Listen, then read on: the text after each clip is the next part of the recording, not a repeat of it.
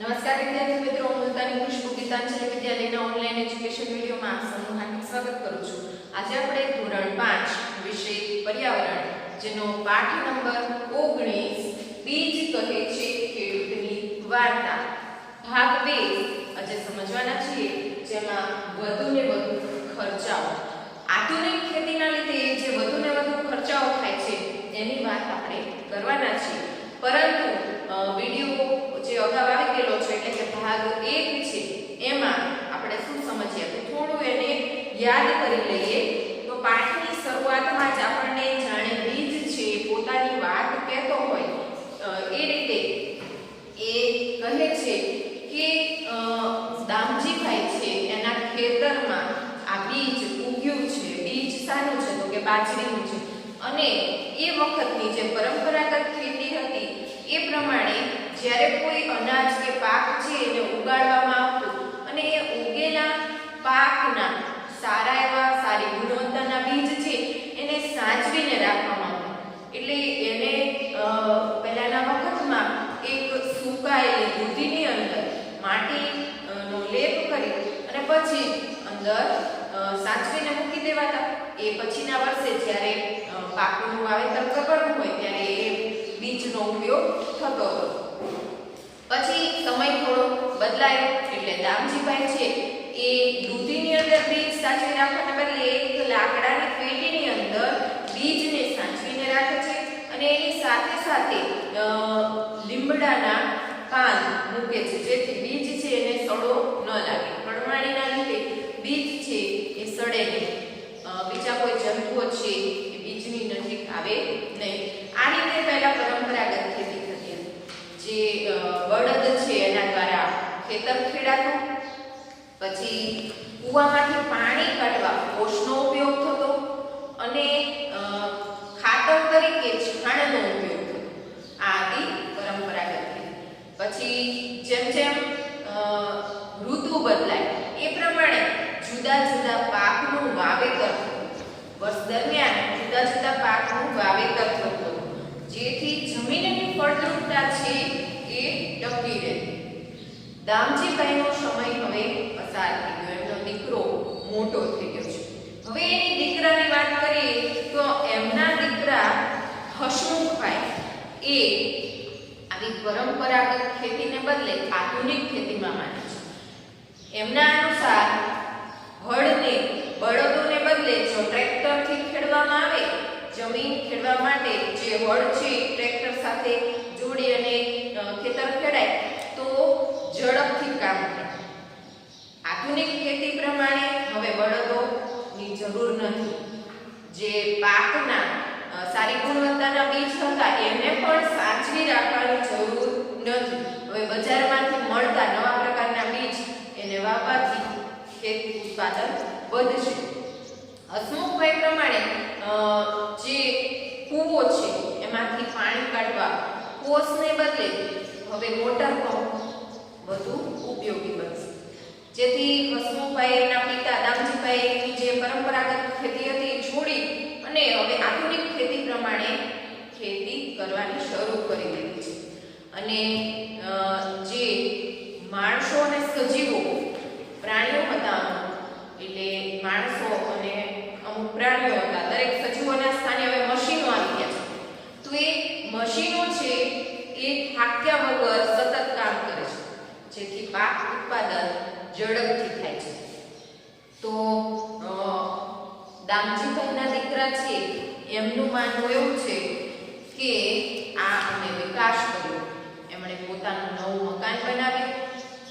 જે ખેતીની આવક થઈ, જે કપાસના ભાવ એમને ઊંચા મળતા હતા, કપાસનું વાવેતર કરી અને જે સારા એવા પૈસા મળ્યા એથી એમની પ્રગતિ થઈ અને એમણે નવા મકાન, મોટરસાયકલ આવું બધું ખરીદ્યું અને પોતાનો વિકાસ, પોતાની પ્રગતિ થઈ એવું એ અહીંયા કહે છે. પણ જેમ જેમ સમય જતો ગયો, જેમ સમય પસાર થયો એમ હવે ખર્ચાઓ વધતા ગયા. એટલે કે આધુનિક ખેતી જ્યારે કરે છે તો એમાં ખર્ચાઓ પણ વધતા જાય છે. નહેર દ્વારા જે નાના જેથી પાકને પાણી પણ સહેલાઈથી મળી જતું.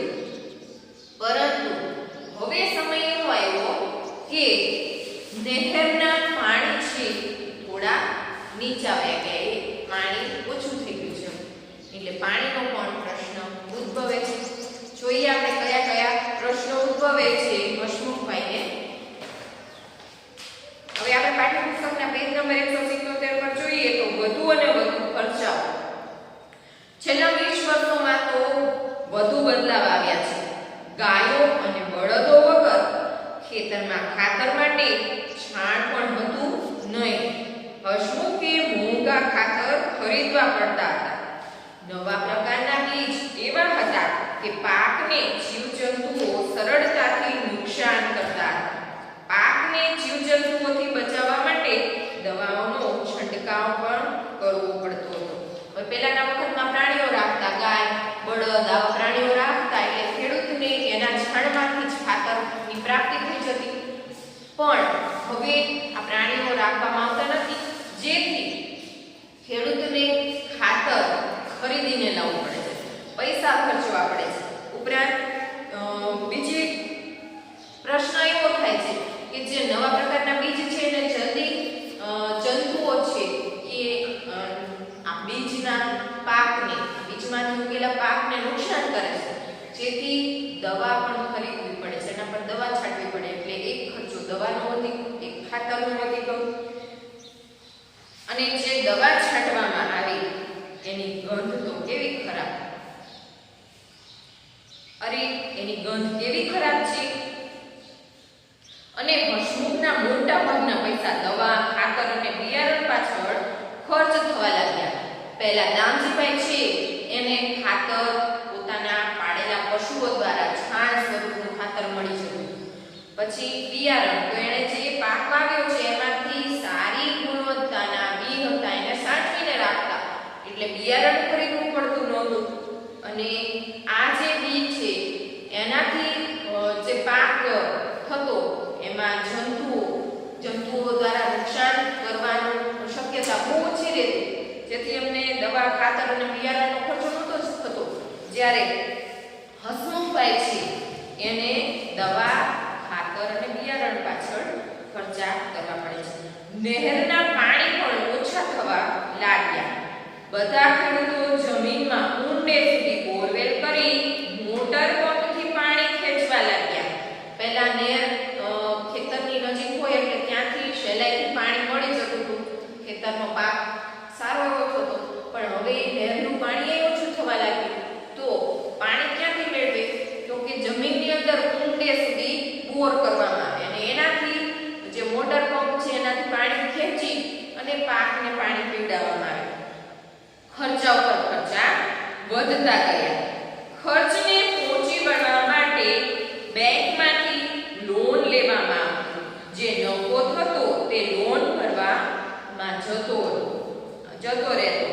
મોટા ભાગના ખેડૂતો કપાસની ખેતી કરતા હતા, એટલે કપાસના ભાવ પહેલા જેવા ઊંચા ન હતા. જમીન પણ પહેલા જેવી ન હતી. એકનો એક જ પાક લેવાથી તથા રાસાયણિક ખાતરો અને જંતુનાશક દવાઓના ઉપયોગથી જમીનને એટલું નુકસાન થયું હતું કે હવે ત્યાં કંઈ સારું ઉગી શકે તેમ ન હતું. ફક્ત ખેતી પર ગુજરાન ચલાવવું હવે ખૂબ જ મુશ્કેલી ભર્યું હતું.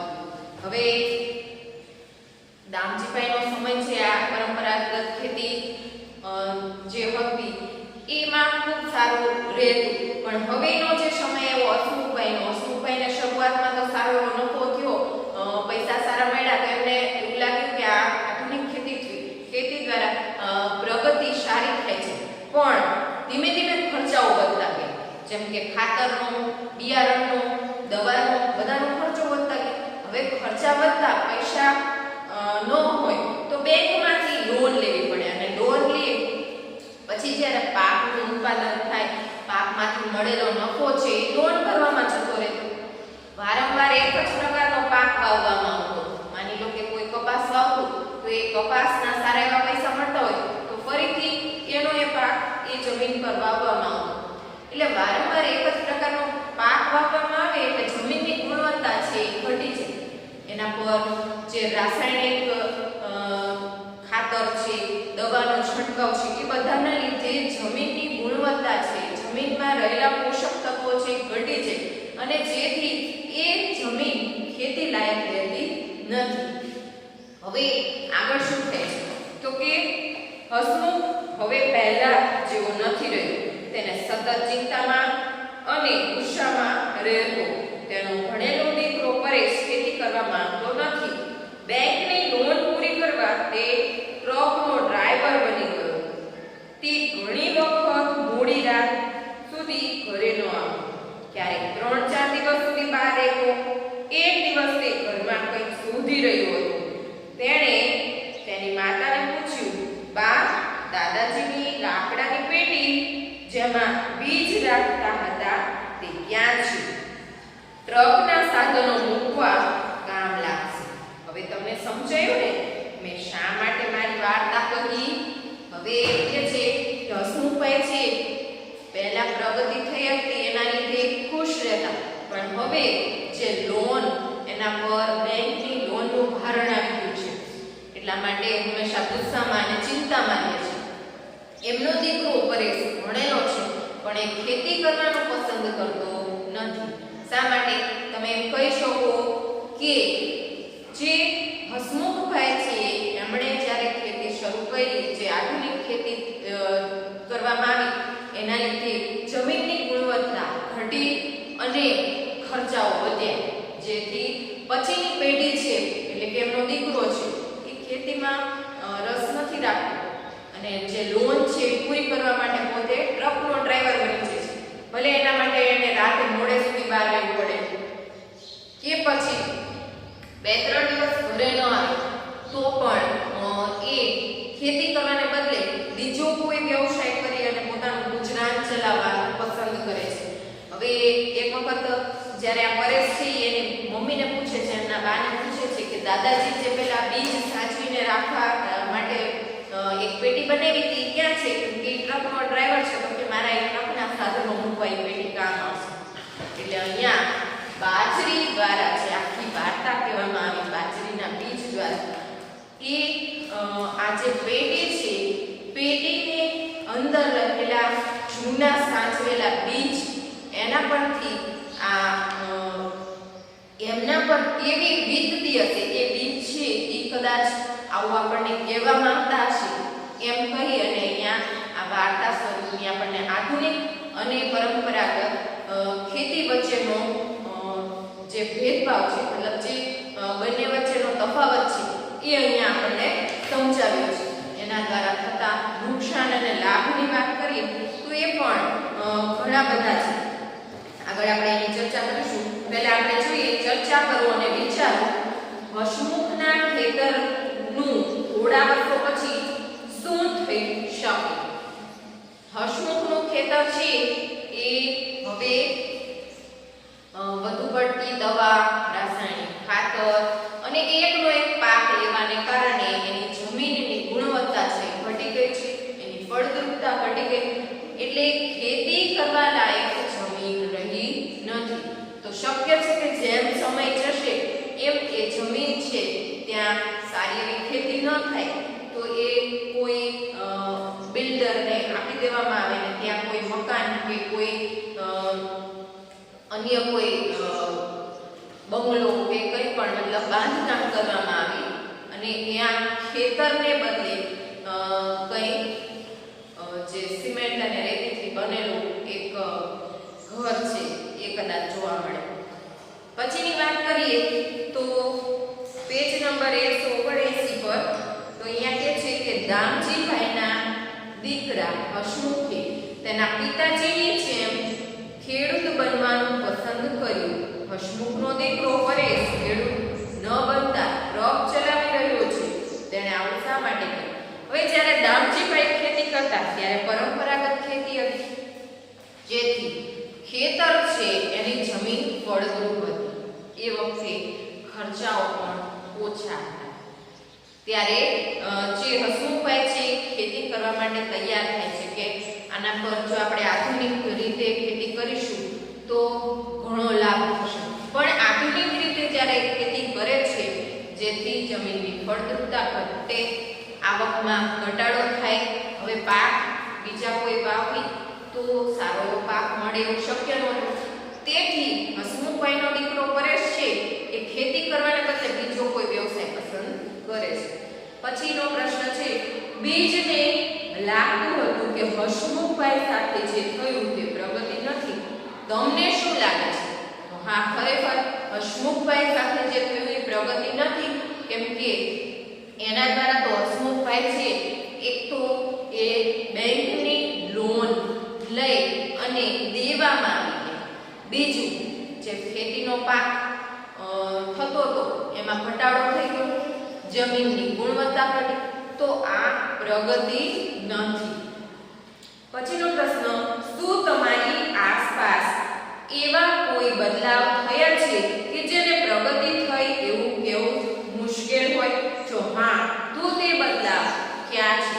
તો આપણી આસપાસ જેમ કે કોઈ મોટું પુલ બનાવવામાં આવ્યો હોય અથવા તો મોટો ડેમ બનાવવામાં આવ્યો હોય. માની લો કે આપણે અગાઉના પાઠમાં જે ચર્ચા કરી હતી કે ડેમ બનાવવા માટે અમુક ગામોને, ખેતરોને, જંગલને ખાલી કરાવ્યા, તો ડેમ બનાવો એ પ્રગતિ છે કે ડેમ દ્વારા પાણીને એક જગ્યાએ રોકી રાખવામાં આવે અને એને જુદી જુદી ગામોમાં જુદા જુદી જગ્યાએ પહોંચાડવામાં આવે છે નહેર દ્વારા. તો આ એક પ્રકારની પ્રગતિ છે, પણ આ પ્રગતિ કરવામાં ઘણા બધા ગામો, જંગલ, ખેતર આ બધું છે આ ડેમની અંદર ડૂબી જાય છે, જેથી આ બધા લોકોને પોતાની જગ્યા છોડીને જતું રહેવું પડે, તો એ પ્રગતિ ન કહી શકાય. ત્યાર પછીનું ચર્ચા કરો અને લખો, રાસાયણિક ખાતર અને જંતુનાશક દવાના ઉપયોગથી ખેતીને થતા ફાયદા અને ગેરફાયદા છે. હવે રાસાયણિક ખાતર અને જંતુનાશક દવાઓ છે એના લીધે પાક પર જંતુઓ ઝડપથી અસર નથી કરતા, જેથી પાક સારો થાય, ઝડપથી થાય, અને સાથે સાથે એમ કહેવાય કે ઓછી મહેનતે પાક છે એ પ્રાપ્ત થઈ જાય છે. જ્યારે આ એના લાભ થયા તો ગેરલાભ પણ છે, તો વધુ પડતા પાક પર જો દવા અને રાસાયણિક ખાતરનો ઉપયોગ કરવામાં આવતો હોય તો જમીનની ફળદ્રુપતા ઘટે છે. પછી એના લીધે જે જમીન પાકનું ઉત્પાદન કરતી હતી એ ઓછું કરે છે, અને આથી જે પાક છે ઓછો ઉતરે છે. તો આ રીતે રાસાયણિક ખાતર અને દવાઓના છંટકાવના બે તફાવત છે કે એક તો લાભ પણ થાય છે અને વધુ પડતો ઉપયોગ કરતા એના ગેરલાભ પણ થાય છે. સજીવ ખેતીના ફાયદા લખો. માની લો કે આપણે બળદનો ઉપયોગ દ્વારા જે ખેતર ખેડતા હતા અને પહેલાની જે પરંપરાગત ખેતી કરતા હતા, તો એના ફાયદાઓ શું છે? તો કે એક તો જેમ અગાઉ આપણે વાત કરી પાઠની અંદર કે ખાતર, જે છાણિયું ખાતર છે એ પ્રાપ્ત થાય છે, જેથી જમીનની ગુણવત્તા વધે છે. જ્યારે સામે આપણે રાસાયણિક ખાતરનો વધુ ઉપયોગ કરીએ તો જમીનની ગુણવત્તા ઘટે છે. સજીવો દ્વારા જે આ ખેતી કરવામાં આવતી હોય એના રીતે આપણને ફાયદા મળે છે. હવે પછીનું છે કે વર્તમાન પત્રમાં આવતા ખેતી અને ખેડૂતો વિશેના અહેવાલો ભેગા કરો અને ચાર્ટ પેપર પર ચોંટાડો, તેના વિશે ચર્ચા કરો. રોજે રોજ પેપરની અંદર છાપવામાં આવતું હોય છે કોઈ ગામના ખેડૂતો ત્યાં ખેતીની સમસ્યા, ઘણી વખત સિંચાઈની એટલે કે પાણી પહોંચાડવાની જે સમસ્યા છે એના વિશે, તો ઘણી વખત પાકની અંદર થતા નુકસાન, એના સડા, એના પર લાગેલી જંતુઓ, એના વિશે પણ આપણે છાપામાં જોતા હોય છે. તો એ જે કટિંગ હોય એને પેપર પર, એક પ્રોજેક્ટ પેપર પર ચોંટાડી અને આપણે અહીંયા પ્રોજેક્ટ તૈયાર કરવાનો છે. ત્યારબાદ એક હજુ પ્રોજેક્ટ છે એના નીચે, તો એમાં કહે છે કે તમારા મનમાં ખેતીને લગતા કયા કયા પ્રશ્નો ઉદ્ભવે છે જૂથમાં ભેગા મળી પ્રશ્નો બનાવો અને જુદા જુદા ખેડૂતોને મળી જવાબ મેળવો. હવે કયા પ્રકારના જવાબ મેળવવાના છે? તો કે ખેડૂત વર્ષમાં કેટલી વખત પાક લે છે, પછી બીજો પ્રશ્ન કે કયા કયા પાકની ખેતી કરે છે, કયા ખાતર દવા વાપરે છે, પાકને કઈ રીતે અને કેટલું પાણી આપે છે. હવે આ તમે સહેલાઈથી આ પ્રશ્નોના જવાબ લઈ શકશો, કેમ કે આમાંથી તમારામાંથી જ ઘણા બધા છે એ ખેડૂત પરિવારના હશે. તમારા પોતાના ખેતર કે વાડીની અંદર તમે કયા પાક વાવો છો, વર્ષમાં કેટલી વખત પાક લેવામાં આવે છે, કયા પ્રકારની દવા અને ખાતર છાંટવામાં આવે છે, આ બધા પ્રશ્નોના જવાબ તમે પોતાની મેળે નોંધી શકશો. તમે આ પ્રશ્નોની ચર્ચા જરૂર કરજો. તમારી આસપાસના ખેતર કે વાડીની મુલાકાત લો, તેનું અવલોકન કરો, ત્યાંના લોકો સાથે ચર્ચા કરો અને તેનો અહેવાલ તૈયાર કરો. આ તમારે ચર્ચા કરવાની છે. જો તમારે પોતાને ખેતર હોય તો તમારા વડીલો સાથે આની ચર્ચા કરો, નહીં તો કોઈ આસપાસ કોઈ એવા ખેડૂત હોય એની સાથે આ પ્રશ્નોને ચર્ચા કરવાની છે. ધોરણ 5 માં ભણતા વિદ્યાર્થીઓએ, હવે પેજ નંબર 180 પર છે કે ધોરણ 5 માં ભણતા વિદ્યાર્થીઓએ ભાસ્કરભાઈની વાડીની મુલાકાત લીધી અને એનો અહેવાલ લખ્યો. તમે પણ વાંચો. અહીંયા ભાસ્કરભાઈ છે એની વાડી દહેરી ગામમાં છે, ત્યાં વિદ્યાર્થીઓ જાય છે. અને હવે જુઓ તો અમે દૂરથી નાળિયેરના ઝાડ જોયા. બાપ રે, એક નાળિયેરના ઝાડ પર કેટલા બધા નાળિયેર! અમને લાગ્યું કે તે બજારમાં મોંઘા રાસાયણિક ખાતર દવા વાપરતા હશે. હવે જે આ બાળકો છે ભાસ્કરભાઈને ત્યાં જાય છે તો અહીંયા ઝાડ પર ઘણા બધા નાળિયેર હોય. નાળિયેરના ઝાડ પર કેટલા બધા નાળિયેરો જ્યારે જોવે છે ત્યારે બાળકોને એમ લાગે છે કે બજારના જે મોંઘા રાસાયણિક ખાતર છે એનો ઉપયોગ કરતા હશે એટલે પાક સારો મળ્યો. પરંતુ વાડીમાં જોયું તો ખૂબ આશ્ચર્યચકિત થઈ ગયા. બધી જમીન પર સુકાયેલા પાંદડા, જંગલી છોડ અને ઘાસ પાથરેલું હતું. એટલે કે અહીંયા તો રાસાયણિક ખાતરને બદલે આ જે વૃક્ષો દ્વારા મળતું કચરો છે એને ખાતર તરીકે ઉપયોગમાં લેવાતો. કેટલાક છોડ ઉપર સુકાયેલી ડાળીઓ જોઈને લાગ્યું કે જીવજંતુઓ ખાઈ ગઈ હશે. ક્યારેક ક્યારેક રંગબેરંગી પાંદડાવાળા છોડ જોયા. ક્યાંક રંગબેરંગી પાંદડાવાળા છોડ જોયા. આવું કેમ થયું હશે? ભાસ્કરભાઈએ કહ્યું કે આ ક્રોટોનનો છોડ છે. તેના મૂળ જમીનમાં ઊંડે સુધી જઈ શકતા નથી. તેના પાંદડા કરમાવા લાગે ત્યારે અમને ખબર પડી જાય કે તેમને પાણીની જરૂર છે. તેમણે કહ્યું કે અમે ફેક્ટરીમાં બનાવેલ ખાતરનો ઉપયોગ કરતા નથી. તેમને જમીન ફળદ્રુપ છે કારણ કે લીલા સૂકા પાંદડા, ઘાસ સડવાથી અને અળસિયાથી જમીન ખૂબ સારી બને છે. અમે ત્યાંથી જોયું તો ઘણા બધા અળસિયા જોવા મળ્યા. ભાસ્કરભાઈએ જણાવ્યું કે અળસિયા જમીનને અંદરથી ખોદ્યા કરે. તેઓ જમીનમાં એક જગ્યાએથી બીજી જગ્યાએ ફરતા રહે છે. તેના કારણે જમીન ઊંચી બને છે. તેમના મળથી જમીન ફળદ્રુપ બને છે અને હવા તથા પાણી સરળતાથી જમીનમાં જઈ શકે છે.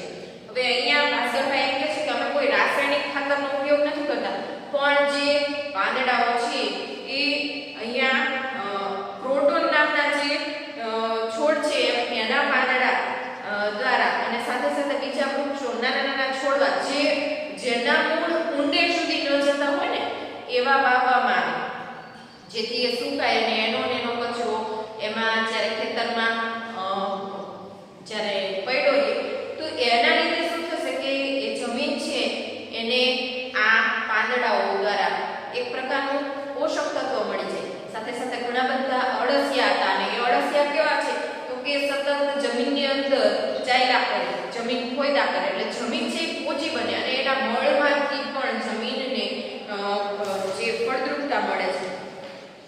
પછી આગળ વાત કરે છે કે પ્રવીણે શહેરમાં રહેતા પોતાના કાકા વિશે વાત કરી. તેમણે બગીચામાં એક ખાડો ખોદીને તેમાં અળસિયા રાખ્યા છે. રસોડામાં વધેલો ખોરાક, શાકભાજી અને ફળોની છાલ, પાંદડા વગેરે તે ખાડામાં નાખે છે. અળસિયા તે બધાને કુદરતી ખાતરમાં ફેરવી નાખે છે.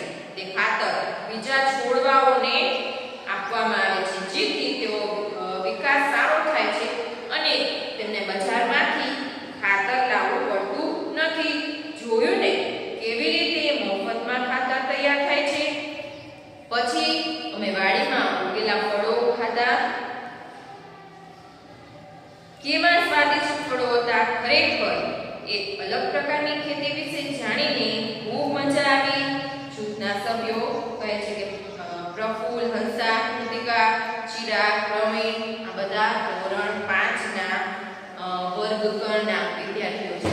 કે છે અહીંયા જે ભાસ્કરભાઈ છે એની ખેતરની અંદર રાસાયણિક ખાતરનો ઉપયોગ થવાને બદલે વૃક્ષોમાંથી જે મળતો કચરો છે એનો ખાતર તરીકે ઉપયોગ થાય છે. અને અળસિયા છે એ જમીનને ફળદ્રુપ અને પહોંચી રાખવામાં મદદરૂપ થાય છે. એ જ રીતે અહીંયા જે વિદ્યાર્થી છે પ્રવીણ કહે છે કે મારા કાકા શહેરમાં રહે છે, એમણે એક ખાડો ખોદીને અંદર અળસિયા રાખ્યા છે અને જે રસોડાનો કચરો એટલે કે ફળો, શાકભાજી, જે કંઈનો છોતરા, છાલ જે કંઈ મળે છે એ એમાં નાખી દે એટલે અળસિયા એને ખાય છે અને કુદરતી ખાતર એનો મળ છે એ કુદરતી ખાતર તરીકે મળે છે. એટલે કે જે અહીંયા મફતમાં જ આપણને ખાતર મળી જાય છે અને આના લીધે જમીનની ફળદ્રુપતા વધે છે. આગળ વાત કરીએ તો બાજરીના બીજની સફર ખેતરથી થાળી સુધી. ચિત્રોને જુઓ. દરેક ચિત્રમાં તમે શું જોઈ શકો છો તે કહો. હવે અહીંયા કે છે ચિત્ર નંબર 1 માં બાજરીના ડૂંડા ખાંડણિયામાં રાખ્યા છે. ચિત્ર નંબર 1. પછી આગળ જોઈએ તેને સાંભેલા વડે ખાંડવામાં આવે છે, જેમાંથી ડુંડામાંથી દાણા અલગ પડી જાય છે. અલગ કરેલા બાજરીના દાણા તમે ચિત્ર નંબર 3 માં જોઈ શકો છો. આજે આ કામ હાથથી નહીં પરંતુ મોટા થ્રેશરથી કરવામાં આવે છે, જેને આપણે ટેકનોલોજી કહીએ છીએ. બરાબર છે. જો પહેલા પરંપરાગત રીતે જે ખેતરમાં ઉગેલું અનાજ છે એને કઈ રીતે એના ડૂંડામાંથી અલગ કરવામાં આવે તો કે ખાંડણી હોય એની અંદર ડૂંડા નાખી અને એને જે એક મોટા લાકડાના સાંભેલા દ્વારા જ્યારે એને ખાંડતા હોય એ રીતે કરવામાં આવે, જેથી અંદરથી દાણા બહાર નીકળે છે.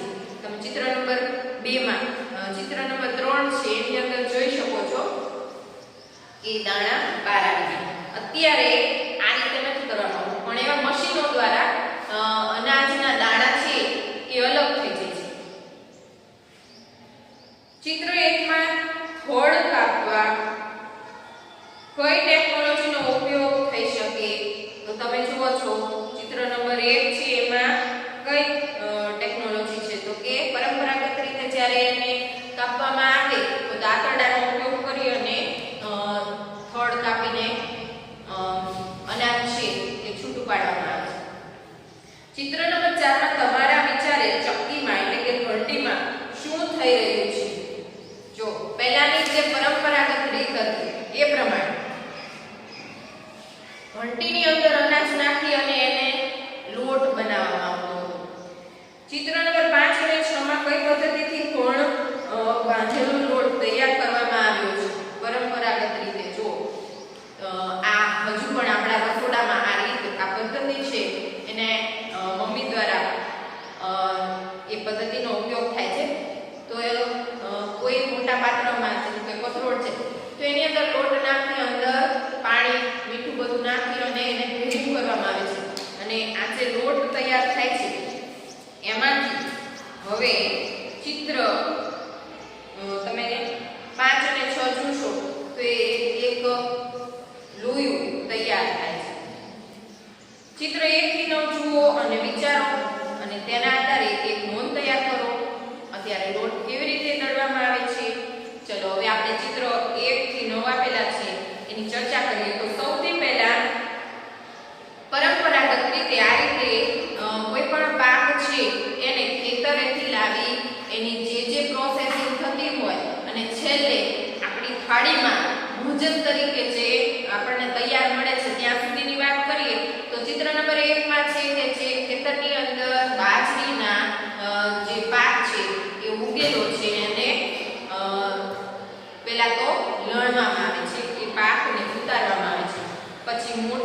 ખાંડણી જેવું પાત્ર છે એની અંદર નાખી અને લાકડાનું સામેલ એટલે એક પ્રકારનો દસ્તા જેવું આવે એનાથી એને ફૂટવામાં આવે જેથી અનાજના દાણા અને ડુંડા બંને અલગ પડી જાય. ત્રીજા ચિત્રમાં આપણને બાજરીના દાણા અલગ મળી ગયા છે.